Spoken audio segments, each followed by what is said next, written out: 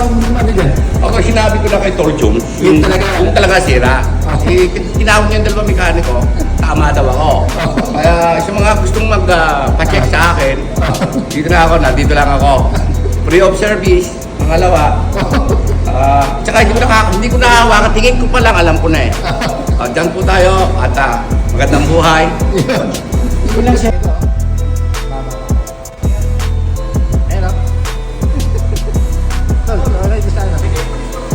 Ha? Hindi pa dito po. Ayan, habol lang ako dito. Ala, puno pala. Kargado pala. Kargado.